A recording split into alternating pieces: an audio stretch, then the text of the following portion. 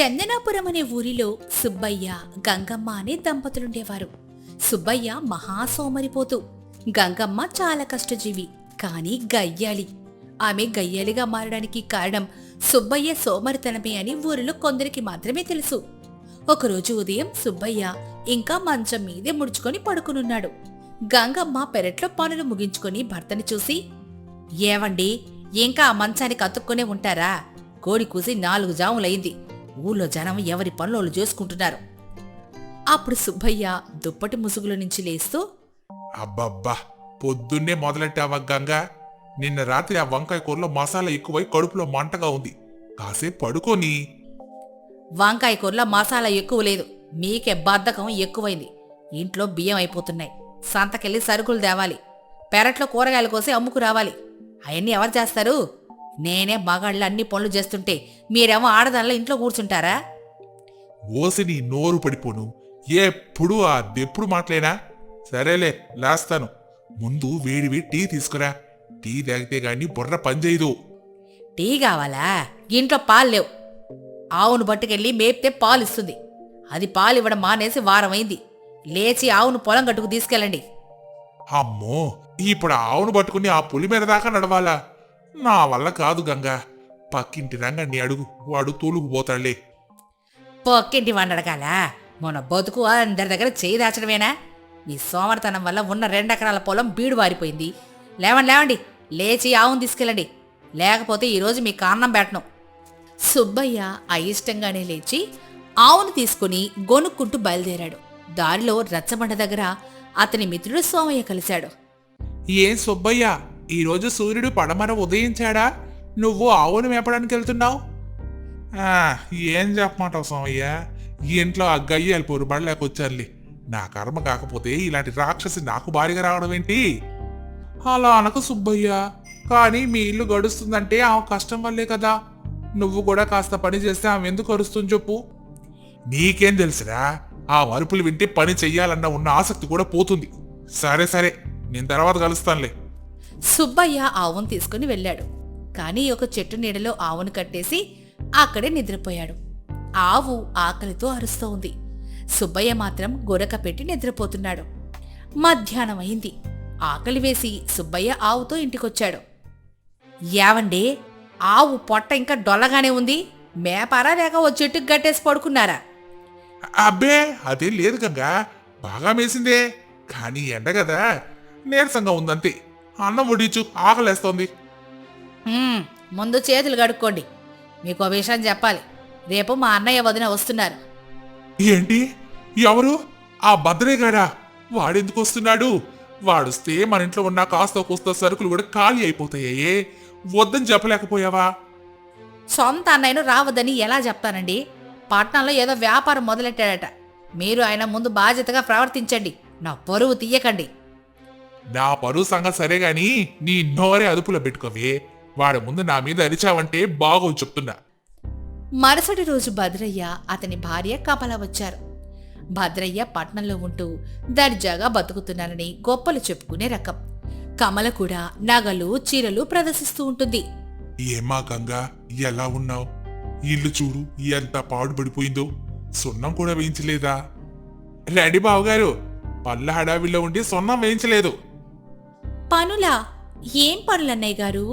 మీ పొలం బీడువారిపోయిందని, గంగమ్మి కష్టపడి ఇల్లు నెట్టుకొస్తుందని విన్నానులేండి. అయ్యో వదినా, అలా ఎవరన్నారో గాని తప్పు. ఆయన చాలా కష్టపడతారు. ఈ మధ్య వానలు లేక పొలం పండలేదంతే. లోపలికి రండి. గంగమ్మ తన భర్తను సమర్థించుకోవడం చూసి సుబ్బయ్య ఆశ్చర్యపోయాడు. ఈ గయ్యాలకి నా మీద ప్రేముందా అని అనుకున్నాడు. భోజనాల సమయం. గంగమ్మ ఉన్నంతలోనే పిండి వంటలు చేసింది. భద్రయ్య తింటూ మాట కలిపాడు. బావగారు, మిమ్మల్ని చూస్తుంటే జాలేస్తోంది. ఇలా పల్లెటూరులో ఈ చిల్లిగా మలేని బతుకు ఎంతకాలం బ్రతుకుతారు? నా దగ్గర ఒక అద్భుతమైన అవకాశం ఉంది. మీరు మీ పొలం అమ్మేయండి. ఆ డబ్బు నాకిస్తే పట్నంలో నా వ్యాపారంలో పెట్టుబడిగా పెడతాను. మీరు కూడా పట్నం వచ్చి మాతో ఉండొచ్చు. ఏ పని చెయ్యక్కర్లేదు. కాలు మీద కాలు వేసుకొని కూర్చోవచ్చు. నిజమా బావగారు? పని చేయకుండా డబ్బు వస్తుందా? అయితే ఈ అంటనే అమ్మేద్దాం. ఏం మాట్లాడుతున్నారు? ఉన్న 2 ఎకరాల పొలం అమ్మేస్తే రేపు మనకు దిక్కెవరయ్యా? అన్నయ్య, వ్యాపారంలో లాభం వస్తుందో నష్టం వస్తుందో ఎవరికి తెలుసు? భూమిని నమ్ముకుంటే కనీసం గంజైనా దొరుకుతుంది. భూమిని అమ్మడానికి నేను ఒప్పుకోను. గంగా, నువ్వు అమాయకురాలివమ్మా. ఈ రోజుల్లో వ్యవసాయం దండగా. కనీసం డబ్బుంటే వడ్డీతోనే బతుకొచ్చు. అవును గంగా, బావగారు చెప్పింది నిజం. నా వల్ల ఈ చాకరీ కావడం లేదు. అమ్మేద్దాం. నోరు ముయ్యండి. మీరా చాకిరి చేసేది, మీరు మంచం మీద దొల్లడం తప్ప ఇంకేం చేస్తారు? ఈ పొలం అమ్మితే మనం రోడ్డున పడతాం. అన్నయ్య, నీ వ్యాపారంలో మాకు బాగా సమయం వద్దు. చూసారా అండి దాని పొగరు? గయ్యాలి అని దీన్ని ఊరికి అనలేదు. నిజమే కమలా, ఇలాంటి వాళ్లకు సాయం చేయడం మన తప్పు. ఆ బావగారు, మీ భార్య మాట వింటే మీరెప్పటికీ బాగుపడరు. ఆమె గయ్యాలి. మగాడివి అనిపించుకోవాలంటే ఆ పొలం పత్రాలు తెచ్చి నా చేతిలో పెట్టండి. సుబ్బయ్యకి ఆ మాటకి పౌరుషం వచ్చింది. భార్య మీద కోపం, బావమరిది చూపించిన ఆశ అతన్ని కదిలించేశాయి. గంగా, పత్రాలు ఎక్కడున్నాయి చెప్పు. ఆ పొలం నాది. నా ఇష్టం వచ్చినట్టు చేస్తాను. ఆ పొలము మీదే కావచ్చు, కాని బతుకు మనిద్దరిది. నేను పత్రాలు ఇవ్వను. నన్నే ఎదిరిస్తావా? నీ అంతు చూస్తాను. సుబ్బయ్య గంగమ్మ మీద చెయ్యెత్తబోయాడు. కాని గంగమ్మ కళ్ళలోని ఆవేదన, ఆమె కష్టపడే తీరు గుర్తొచ్చి ఆగిపోయాడు. భద్రయ్య, కమల మాత్రం కొట్టుదని కొట్టు, అప్పుడే అది మన దారికొస్తుంది అని రెచ్చగొట్టారు. అంతలోనే గంగమ్మ కళ్ళు తిరిగి కింద పడిపోయింది. భయంతో సుబ్బయ్య, గంగా, ఒసే గంగా, ఏమైందే? అది నాటకాలాడుతోందండి. పత్రాలివ్వకూడదని ఇవన్నీ వేషాలు. గంగకు ఇలా ఎప్పుడు జరగలేదు. ఒళ్ళు కాలిపోతోంది. బావగారు, గుర్రం బండి తీయండి, ఆసుపత్రికి తీసుకెళ్దాం. వద్దొద్దు, ఇది మామూలు సమస్యలమే. నీళ్లు జల్లితే లేసేస్తుంది. మాకు సమయం అవుతుంది, మేము వెళ్తాం. ఏంటి బావగారు, సొంత జల్లీలు ప్రాణాపాయాలు ఉంటే వదిలేసి వెళ్తారా? మీ వ్యాపారం కోసం నా పొలం కావాలి, కానీ నా భార్య ప్రాణం మీకు ముఖ్యం కాదా? వ్యాపారం మీరు, బంధుత్వం మీరు సుబ్బయ్య. మాకు పట్టణంలో చాలా ముఖ్యమైన పనుంది. నువ్వేదో ఒక ఎడ్ల బండి మీరు తీసుకెళ్ళు. భద్రయ్య, కమల నిర్దాక్షిణ్యంగా అక్కడుంచి వెళ్ళిపోయారు. సుబ్బయ్యకు అప్పుడు అర్థమైంది, డబ్బు కోసం వచ్చే చుట్టాలు కష్టం వస్తే నిలబడరు అని. సుబ్బయ్య పరుగు పరుగునెళ్ళి ఊరి వైద్యుణ్ణి తీసుకొచ్చాడు. వైద్యుడు పరీక్షించి, సుబ్బయ్య, గంగమ్మకు తీవ్రమైన రక్తపోటుంది. దానికి తోడు సరైన తిండి లేకపోవడం వల్ల బలహీనపడింది. ఇన్నాళ్ళు ఆమె ఒంట్లో ఓపిక లేకపోయినా మొండిగా పనిచేసింది. ఇప్పుడు ఆమెకు కనీసం 1 రోజులు పూర్తిగా విశ్రాంతి కావాలి. ఏ పని చేయకూడదు. మందులు కూడా వాడాలి. మంచి పోషకాహారం ఇవ్వాలి. ఇన్నాళ్లు తన్ను పోషించిన భార్య ఇప్పుడు నిస్సహాయంగా పడుకుండడం చూసి సుబ్బయ్య కళ్ళల్లో నీళ్లు తిరిగాయి. భార్యకు మందులు కొనాలి, నేను మారాలి, లేకపోతే నా భార్య దక్కదు అని గట్టిగా నిర్ణయించుకున్నాడు. మరుసటి రోజు గంగమ్మ కళ్ళు తెరిచేసరికి సుబ్బయ్య చేతిలో గంజి గ్లాస్తో నిలబడున్నాడు. ఏమండి, మీరా? ఇంత పొద్దున్నే లేచారా? లేచాను గంగా. ఇన్నాళ్ళు నిద్రపోయానుగా, ఇప్పుడే మెలకు వచ్చింది. ఇదిగో ఈ గంజి తాగు. డాక్టర్ గారు విశ్రాంతి తీసుకోమన్నారు. నువ్వు కాలు కింద పెట్టడానికే వీల్లేదు. అయ్యో, పనులు ఎవరు చేస్తారండి? అవును, మేపాలి, వంట చెయ్యాలి. అవన్నీ నేను చేస్తానే. నువ్వు చేసినంత బాగా చేయలేకపోవచ్చు గాని ప్రయత్నిస్తానులే. నువ్వు ధైర్యంగా ఉండు. సుబ్బయ్య ఆవును తీసుకుని పొలానికి వెళ్ళాడు. ఎండనక వాననక పొలంలో కష్టపడ్డాడు. పక్క పొలం రైతు సోమయ్య సుబ్బయ్యను చూసి ఆశ్చర్యపోయాడు. సుబ్బయ్య, ఇది కల కాదు కదా, నువ్వు పొలంలో పని చేస్తున్నావా? సోమయ్య, కష్టం విలువ తెలిసింది. నా భార్య మంచం మీదుంది. ఆమెను బతించుకోవాలంటే ఈ భూమే నాకు దిక్కు. కొంచెం విత్తనాలు అప్పుగా ఇస్తావా? పంట పండాక తీరుస్తాను. తప్పకుండా సుబ్బయ్య. మారిన మనిషికి సాయం చేయడం నా ధర్మం. నీ కష్టం చూస్తుంటే ముచ్చటేస్తోంది. సోమయ్య సాయంతో సుబ్బయ్య విత్తనాలు చల్లాడు. రోజు ఆవు పాలు పితికి ఊర్లో అమ్మి ఆ డబ్బుతో గంగమ్మకు మందులు పండ్లు తెచ్చేవాడు. ఇంటికొచ్చి వంట చేసి గంగమ్మకు తినిపించేవాడు. 1 నెల గడిచింది. గంగమ్మ ఆరోగ్యం కుదుటపడింది. గంగమ్మ సుబ్బయ్యకి ఎదురెళ్ళి నీళ్ళివ్వడానికి ప్రయత్నించింది. వద్దు గంగా, నువ్వు కూర్చో, నేను తీసుకుంటానుగా. చూడు, మన పొలంలో మొలకలొచ్చాయి. పచ్చగా కలకల్లాడుతోంది. మన కష్టాలు త్వరలోనే తీరిపోతాయి గంగా. ఏమండి, మిమ్మల్ని చూస్తుంటే చాలా గర్వంగా ఉంది. ఒకప్పుడు మిమ్మల్ని సోమరిపోతని తిట్టాను, కానీ ఇప్పుడు మీలో ఒక బాధ్యత గల భర్త కనిపిస్తున్నాడు. నన్ను క్షమించండి. నువ్వు క్షమించమని అడగకూడదు గంగా. నేను నీకు రుణపడున్నాను. నీ అరుపులే నన్ను నిద్ర లేపాయి. ఆ రోజు నువ్వు పొలం అమ్మడానికి ఒప్పుకోకపోవడం వల్లే కదా ఈ రోజు మనకి ఈ ఆధారం మిగిలింది. ఆ భద్రయ్య గారి మాట నమ్ముంటే ఈ పాటికి రోడ్డు మీద ఉండేవాళ్ళం. మరో 2 నెలలు గడిచాయి. సుబ్బయ్య పొలంలో బంగారం లాంటి పంట పండింది. సోమరి సుబ్బయ్య ఇప్పుడు పనివంతుడు సుబ్బయ్య అయ్యాడు. పంటమ్మి సుబ్బయ్య చేతి నిండా డబ్బులతో ఇంటికొచ్చాడు. గంగా, ఇదిగోనే మన కష్టం ఫలితం, తీసుకో. నాకేం వద్దండి, మీరు సంతోషంగా ఉంటే చాలు. కానీ ఒక్క మాట, ఇకపై మళ్ళీ పాత సుబ్బయ్యలా మారరు కదా. నీకు ఆ భయమే వద్దు గంగా. కష్టపడితే వచ్చే సుఖం నిద్రపోతే రాదని తెలిసిందిగా. ఈ చెమట చుక్కల్లో ఉన్న తృప్తిని నేను వదిలితే వదులుకోను. ఇలా ఉండగా ఒకరోజు భద్రయ్య మళ్ళీ వచ్చాడు. అతని ముఖం వాడిపోయింది. బావగారు, గంగా నన్ను కాపాడండమ్మా. ఏమైంది బావగారు? నా వ్యాపార భాగస్వాములు నన్ను మోసం చేశారు. ఉన్న డబ్బంతా పోయింది. పొలం, ఇల్లు అన్ని అప్పుల వల్ల లాక్కెళ్లారు. ఇప్పుడు మీరే నన్ను ఆదుకోవాలి. అన్నయ్య, ఆ రోజు మాకు కష్టం వస్తే వదిలేసెళ్ళాం. పొలం అమ్మించి మమ్మల్ని వీధిన పడేయాలని చూసావు. ఇప్పుడు ఏ ముఖం పెట్టుకొని వచ్చావు? గంగా, పాత విషయాలు తవ్వుకోవద్దు. బావగారు, మీరు చేసిన పనికి నేను మిమ్మల్ని గెంటేయచ్చు. కానీ ఆకలి విలువ నాకు తెలిసింది, కష్టం విలువ తెలిసింది. మీరు మా ఇంట్లో ఉండొచ్చు, కానీ ఒక షరతు. ఏంటది బావగారు? ఏం చెప్పినా చేస్తాను. ఇక్కడ ఉచితంగా తిని కూర్చోవడం కుదరదు బావగారు. పొలంలో పనుంది, నాతో పాటు పని చెయ్యాలి. కష్టపడితేనే అన్నం పెడతాను. సోమరితనం ఎడ సాగదు. అప్పుడు భద్రయ్య తలదించుకొని, సరే బావగారు, నాకు బుద్ధొచ్చింది. కష్టపడి బ్రతుకుతాను. భద్రయ్య కూడా సుబ్బయ్యతో పాటు పొలంలోకి పనికెళ్లడం మొదలెట్టాడు. సుబ్బయ్య కుటుంబం ఇప్పుడు సిరి సంపదలతో, అంతకంటే ముఖ్యంగా అన్యోన్యతతో వర్ధిల్లుతోంది. గంగమ్మ ఇప్పుడు గయ్యాలి కాదు, గృహలక్ష్మి. సుబ్బయ్య సోమరిపోతు కాదు, శ్రమజీవి. మరి ఈ కథ ద్వారా మనం తెలుసుకున్న నీతేంటో తెలుసా? సోమరితనం దరిద్రానికి మూలం, శ్రమ ఐశ్వర్యానికి మార్గం. భార్య అరుపుల వెనుక భర్త బాగుపడాలి అన్న తపన ఉంటుంది. అర్థం చేసుకుంటే ప్రతి సంసారం స్వర్గమవుతుంది. అనగనగా గొల్లగూడెం అనే పచ్చని గ్రామంలో యాదయ్య అనే పేరు మోసిన రైతుండేవాడు. అతడు పాడి ఆవులను పెంచుతూ వాటి పాలు, వెన్న అమ్ముకుని హాయిగా జీవిస్తూ ఉండేవాడు. అతడి పశు సంపద ఊరందరికీ ఆదర్శం. యాదయ్యకు 3 కొడుకులు.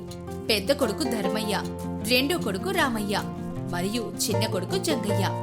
వారు ముగ్గురు తండ్రికి చేదోడు వాదోడుగా ఉంటూ పొలంలో, పాడిలో సాయం చేసేవారు. యాదయ్య 3వ కొడుకు జంగయ్యకు దురాలోచనలు ఎక్కువ.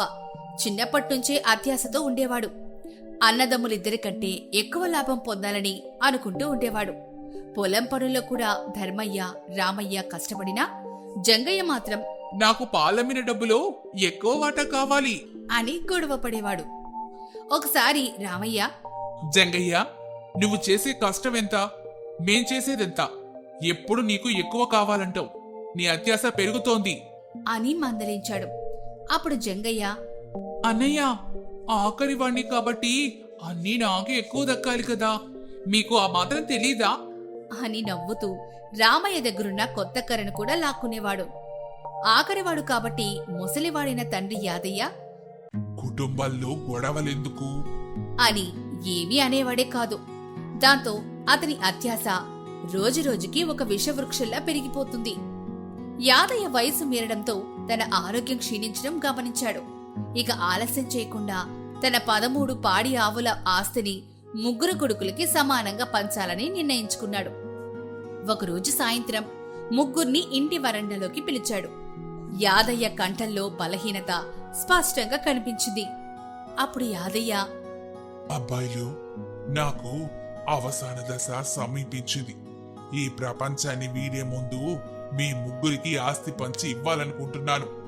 మీ 3 గొడవ పడకుండా మన ఆవులు చూసుకుంటూ అన్నదమ్ముల్లాగా హాయిగా జీవించండి. అప్పుడు ధర్మయ్య, నాన్న, అటువంటి మాటలు అనకండి. మీరు మా కాస్తి కంటే ముఖ్యం. మీ పర్యవేక్షణలోనే మేము కలిసి ఉంటాం.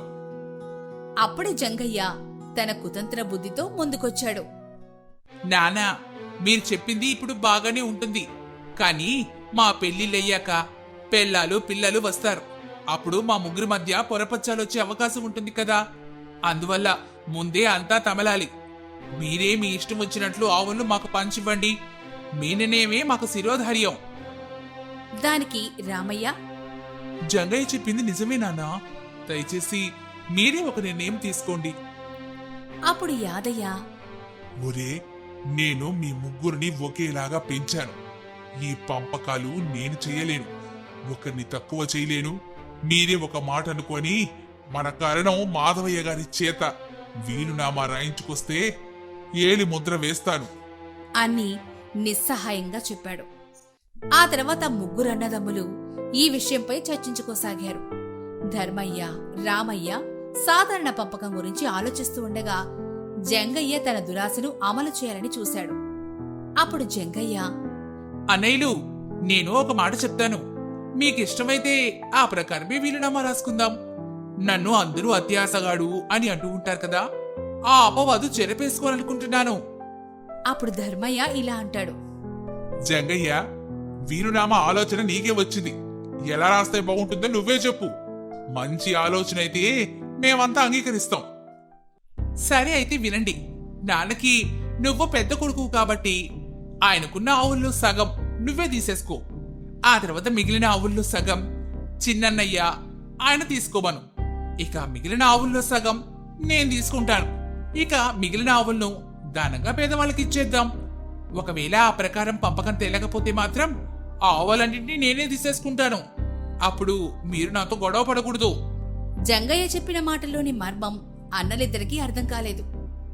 ఆవుల సంఖ్య ఏదైనా పంచుకోవడం తేలికే కదా అనుకొని జంగయ్య ఉద్దేశం మంచిదని నమ్మి సరేనని చెప్పి ఆ ప్రకారమే వీలునామా రాసుకొని తండ్రి చేత ఆమోద ముద్ర వేయించారు. కొన్నాళ్లకు యాదయ్య కాలం చేశాడు. గ్రామమంతా విషాదంలో మునిగిపోయింది. తండ్రిని కోల్పోయిన బాధ ఒకవైపైతే ఆస్తి పంపకం సమస్య ఇంకోవైపు అన్నదమ్ముల్ని వేధించింది. ఒక మంచి ముహూర్తం చూసుకుని ముగ్గురు అన్నదమ్ములు కరణం మాధవయ్య సమక్షంలో ఆవులను వీలునామా ప్రకారం పంచుదామని అనుకున్నారు. యాదయ్య ఆవులు మొత్తం 13. అప్పుడు జంగయ్య ఇలా అంటాడు, అన్నయ్యలు, వీలునామా ప్రకారం మొదట పెద్దన్నకి పంచుదాం. మన తండ్రి యాదయ్య ఇచ్చిన 13 ఆవుల్లో సగం ఆవులు పెద్దన్నకి వస్తాయి. అంటే 13లో సగం 6.5. ఆవుల్ని కోసి సగం చేయలేం కదా, మరి ఏం చేద్దాం అని గొడవ మొదలుపెట్టాడు జంగయ్య. దానికి ధర్మయ్య, అరే, అవును కదా, ఇది అన్యాయం. ముందే ఆలోచించలేదే. జంగయ్య, ఇది నీ కుతంత్రమే కదా. నువ్వు కావాలని ఈ వీలునామా రాయించావు. నియమం నియమమే. పంచుకునే అవకాశం లేనప్పుడు మన వీలునామా ప్రకారం మొత్తం 13 ఆవులు నాకే చెందుతాయి. మీరు నాతో గొడవ పడకూడదని రాసిచ్చారు, గుర్తుందా? జంగయ్య కుతంత్రం అప్పుడే అన్నలిద్దరికీ అర్థమైంది. అత్యాస కళ్లకు గంతలు కట్టిందని వాపోయారు. ముగ్గురు అన్నదమ్ములు కలిసి ఆవుల పంపకం విషయంపై తమ ఊరిలోని జమీందార్ చంద్రశేఖర్ దగ్గరికి వెళ్లారు. అక్కడ జమీందార్ గారి దగ్గర పండితులు, న్యాయకోవిధులు కూడా ఉన్నారు. అప్పుడు చంద్రశేఖరుడు ఇలా అన్నాడు, సమస్య విచిత్రంగా ఉంది. ఆవులను విడదీయడం ధర్మం కాదు. 13 ఆవులను వీలునామా ప్రకారం పంచడం అయ్యే పని కాదంటూ రాజస్థానంలో న్యాయకోవిధులు అంతా ఏకాభిప్రాయం వ్యక్తం చేశారు. అయ్యా, 13 ఒక బేసి సంఖ్య. దాన్ని సగం చేయడం అసాధ్యం అని ప్రధాన న్యాయమూర్తి భీమన్న విన్నవించాడు. దానికి జమీందారు, సరే, 13 ఆవులను వాళ్ళు రాసుకున్న వీలునామా ప్రకారం న్యాయబద్ధంగా పంచిచ్చిన వారికి 1000 బంగారు వరహాలు బహుమానంగా ఇస్తాను. మరియు ఈ ఊరిలో గౌరవ స్థానం ఇస్తాను అని చాటింపు వేయించాడు జమీందార్. ఎందరో పండితులొచ్చారు, లెక్కలు వేశారు. కాని ఆవుల్ని కోయకుండా పంపకం చేయలేక వెనుదిరిగి వెళ్లిపోయారు. జంగయ్య ఆనందం అంతా ఇంతా కాదు. ఆ సమయంలోనే పక్క గ్రామం నుంచి వచ్చిన సుధాముడు అనే యువకుడు చాలా మేధావి ఈ సమస్యను నేను పరిష్కరిస్తాను అంటూ ముందుకొచ్చాడు. సభలో అంతా ఆశ్చర్యంగా చూశారు. అయ్యా, ఈ సమస్య పరిష్కరించడానికి నాకు మీ యొక్క ఆవును దయచేయగలరు. వీళ్ళ సమస్యను పరిష్కరించాక మీ ఆవు మీకు వెనక్కిచ్చేస్తాను. జమీందారు సుధాముడి తెలివిని పరీక్షించాలనుకొని తాను పెంచుతున్న ఒక ఆవుని సుధాముడికి ఇప్పించాడు. మొదట సుధాముడు జమీందారు ఆవును యాదయ్య 13 ఆవులతో కలిపాడు. అప్పుడు 14 ఆవులయ్యాయి. పెద్దన్న వాటా వీలునామా ప్రకారం ధర్మయ్యకు మొత్తం ఆవుల్లో సగం, అంటే 14లో సగం అంటే 7 ఆవులు. సుధాముడు 7 ఆవులను ధర్మయ్యకు ఇచ్చేశాడు. సుధాముడి దగ్గర మిగిలినవి 7 ఆవులు. అప్పుడు చిన్నన్న వాటా దగ్గరకొచ్చారు. వీలునామా ప్రకారం రామయ్యకు మిగిలిన ఆవుల్లో సగం 7 ఆవులున్నాయి. ఇక్కడ 7 ఆవులున్నాయి, మరి దాన్ని ఎలా పంచుకోవడం? కొయ్యాలా? అవును, మళ్ళీ అదే సమస్య వచ్చింది. ఇదే కదా జంగయ్య నీ కుట్ర. నువ్వు కోరినట్లుగా పంపకం చేస్తాన్లే, రాజ్యంలో పంపకం తేలడం ముఖ్యం. అప్పుడు సుధాముడు మళ్ళీ రాజుగారిని అడిగాడు. జమీందర్ గారు, నాకు మరొక ఆవునిప్పించండి. జమీందార్కి అనుమానం వచ్చినా సుధాముడు చెప్పినట్టుగానే మరొక ఆవుని ఇప్పించాడు. సుధాముడు ఆ ఆవును మిగిలిన 7 ఆవులకి జత చేశాడు. అప్పుడు 8 ఆవులయ్యాయి. 8 ఆవుల్లో సగం అంటే 4 ఆవులు చిన్నన్నైనటువంటి రామయ్యకి ఇచ్చేశాడు. అప్పుడు సుధాముడి దగ్గర మిగిలినవి 4 ఆవులు. ఇప్పుడు జంగయ్య వాటాకొచ్చారు. వీలునామా ప్రకారం జంగయ్యకు మిగిలిన ఆవుల్లో సగం అంటే 4 ఆవుల్లో 2 ఆవులను జంగయ్యకిస్తున్నాను అని చెప్పాడు. ఇక సుధాముడి దగ్గర మిగిలినవి 2 ఆవులు. ఆ తర్వాత సుధాముడు జమీందార్తో, అయ్యా, మీ దగ్గర తీసుకున్న 2 ఆవులు 14తో కలిపిన మొదటి ఆవు, రామయ్యకు పంచినప్పుడు కలిపిన 2 ఆవు, ఇదిగో మీకు నేను వెనక్కిచ్చేస్తున్నాను అని తిరిగి ఇచ్చేశాడు. జంగయ్యతో సుధాముడు, జంగయ్య, మీరు రాసుకున్న వీలునామా ప్రకారం మీకు ఆవుల పంపకం న్యాయంగా జరిగినట్లే కదా? నీకు 2 ఆవులొచ్చాయి. నీ అత్యాశకు ఇంతకంటే ఎక్కువ దక్కదు. జంగయ్య తన అత్యాశకు తగిన శాస్తి జరిగిందని అనుకుంటూ 2 ఆవుల్ని తోలుకుంటూ దిగాలుగా ఇంటికెళ్ళిపోయాడు. ధర్మయ్య, రామయ్య ఇద్దరు కలిసి జంగయ్య వాటాను మించి 11 ఆవులు పొందారు. జంగయ్య కోరిక నెరవేరింది. కాని అత్యాశకు తగ్గట్టుగా దక్కాల్సిన దానికంటే తక్కువే దక్కింది. తన సమయస్ఫూర్తితో ఆవుల్ని పంచిచ్చిన సుధాముణ్ణి మహారాజు అభినందించాడు. అప్పుడు జమీందారు, సుధాముడి మేధస్సు మన ఊరిలో న్యాయాన్ని నిలబెట్టింది. నీకు 1000 బంగారు వరహాలిస్తున్నాను. అంతేకాకుండా నేటి నుంచి నువ్వు నా ఊరిలో ప్రధాన న్యాయాధికారిగా ఉంటావు అని గౌరవించాడు. సుధాముడి వివేకానికి, జంగయ్యకు తగిన శాస్తి జరగడం చూసి ప్రజలు ఎంతో సంతోషించారు. అత్యాశ స్వార్థపరులను ఎప్పుడూ నష్టాలకి గురి చేస్తుందని ఈ కథ నిరూపించింది. అత్యాశే అన్ని అనర్థాలకు మూలం అనే నీతిని గ్రామ ప్రజలు మళ్లీ ఒకసారి గుర్తు చేసుకున్నారు.